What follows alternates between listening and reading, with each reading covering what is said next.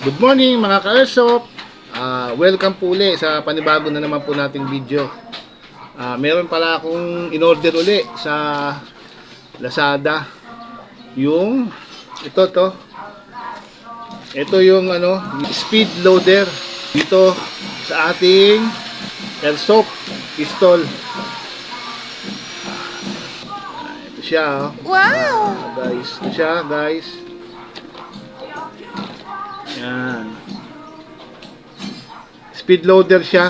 Maganda to kasi pag bibili ka ng airsoft na pistol, kailangan natin bumili ng ganito para hindi po tayo mahirapan mag-load sa ating magazine.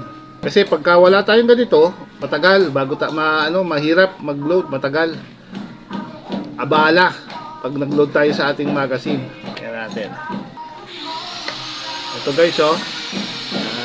Ito pala guys, ito pala ang laman niya, nasa 100 rounds ang laman niya na pwedeng i-karga rito sa natin na binili na speed reloader. Meron kasi siyang dalawang klase kasi ito guys eh, isang 100 rounds tsaka 200 rounds. Ito yung binili ko, okay na to kasi may yung 100 rounds, marami na yun eh. Ito, bubuksan natin to. Yan, ito yung spring para pag tayo, pag meron na siyang laman, tsaka natin igaganon sa ating magazine. Tapos dito natin ilalagay yung bala. Tsaka nga pala, pag wala ka kasing ganito, tapos ganito lang maglalagay ka ng bala, minsan natutumba, natatapon yung bala sa lapag.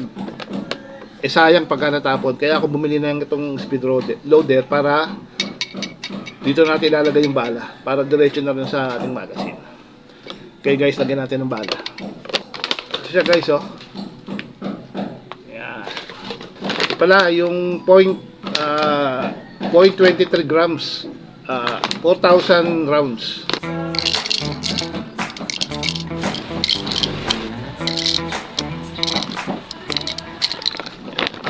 Natin para in case ng tumumba hindi siya matapon. Ito na guys, okay na, pwede na yan, marami na yan. Sarado natin siya. Yan. Yan. So guys, subukan na natin lagay sa magazine. Ito kasi guys, tignan nyo, mahirap siyang lagyan pagka yung wala kang ganito, matagal. Tignan nyo guys ha, pakikita ko sa inyo. Pag nilagyan nyo siya ng bala, yan, kailangan to, huwag niyong bibitawan to kasi pag binitawan niyo to, syempre tatama dito, may tendency na masira yung nyo to, baka masira. Yan yan guys, diba? Matagal siyang masyado. Ayan o, isa-isahin mo pa siya. Hindi ka tulad nito, pag mayroong ganito, hindi ka ganyan, itututok nila dito.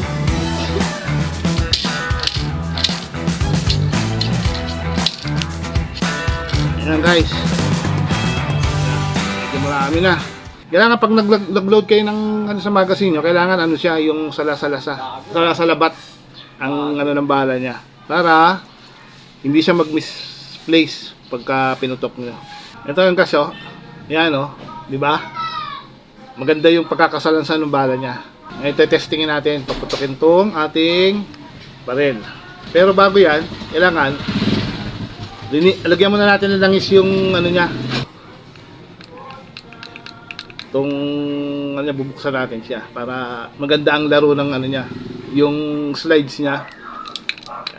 Gawin natin, tatanggalan natin yung pinaka-lock niya para matanggal natin tong slides niya, para malagyan natin ng langis.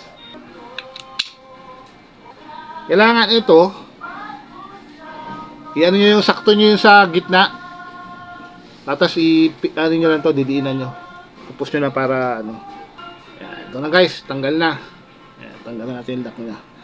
Ngayon, ayan na, hugutin na natin siya. Yan, diba? Tanggal na. Gagawin natin, lalagyan natin ng langis to kabilaan, pati yung loob niya, ito pati yung loob, para maganda yung ano niya. Pag pumutok siya, maganda yung laro ng slides niya. Tapos ito na rin, lalagyan din natin ng langis. Ito nga pala yung binili kong ano, silicone lube pang maintain dito sa ating baril.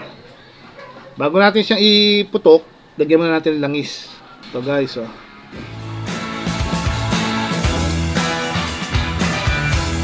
Kabilaan siya.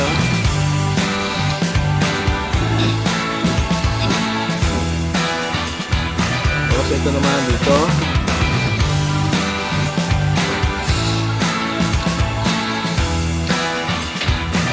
At ito. Ayun na guys. Ngayon, pwede natin siya ibalik. Tatapat na lang siya dito yan, para maibalik natin ng maayos. Balikan natin siya guys, para yan na guys, nakabalik na. Balikan natin. Ayan o, ganda na yung laro niya.